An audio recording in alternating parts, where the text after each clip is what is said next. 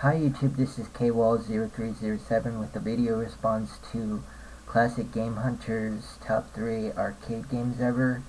I just wanted to say congratulations on 2,000 subscriptions. That's really awesome. It inspires me because I can see that it's possible to get that many subscriptions.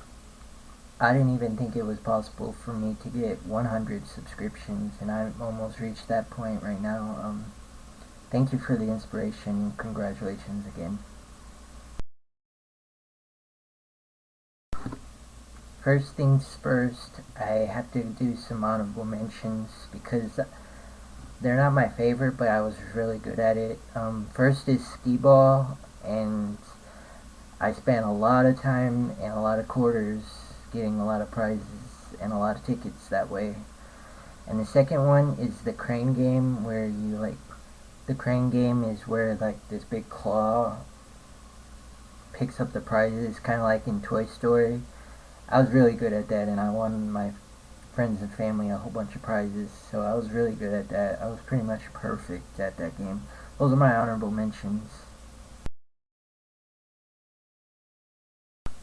The third game on my list is NBA Jam. It was a remarkable game. There's only 2 players on your team, which was really good. It's head-to-head.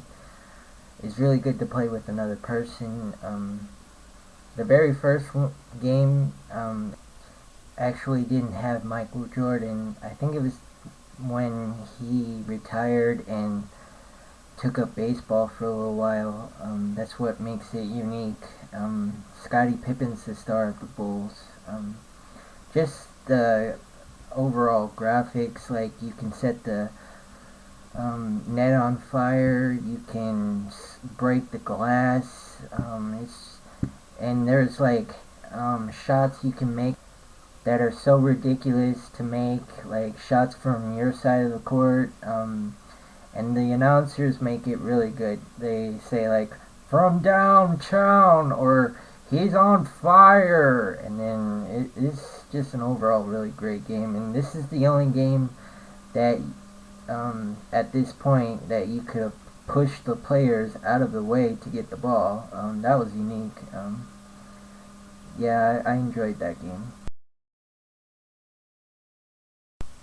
The second arcade game on my list is any pinball game out there, but my personal favorite is Kiss or the Simpsons one.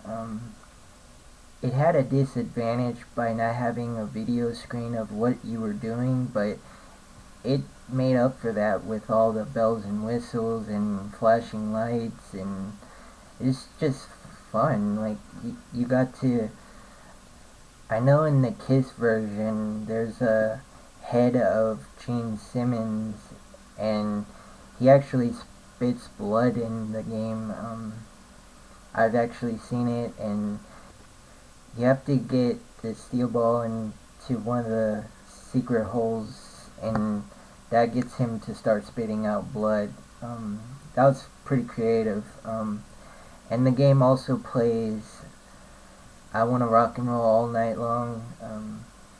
Most pinball games had a theme music, whether it be Simpsons the main theme or Kiss I Wanna Rock and Roll All Night.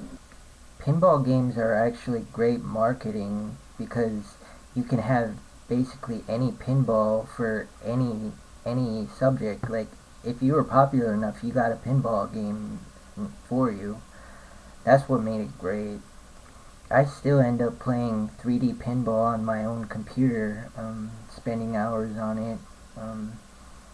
It doesn't compare to playing it in the arcade in that environment. That's my number 2.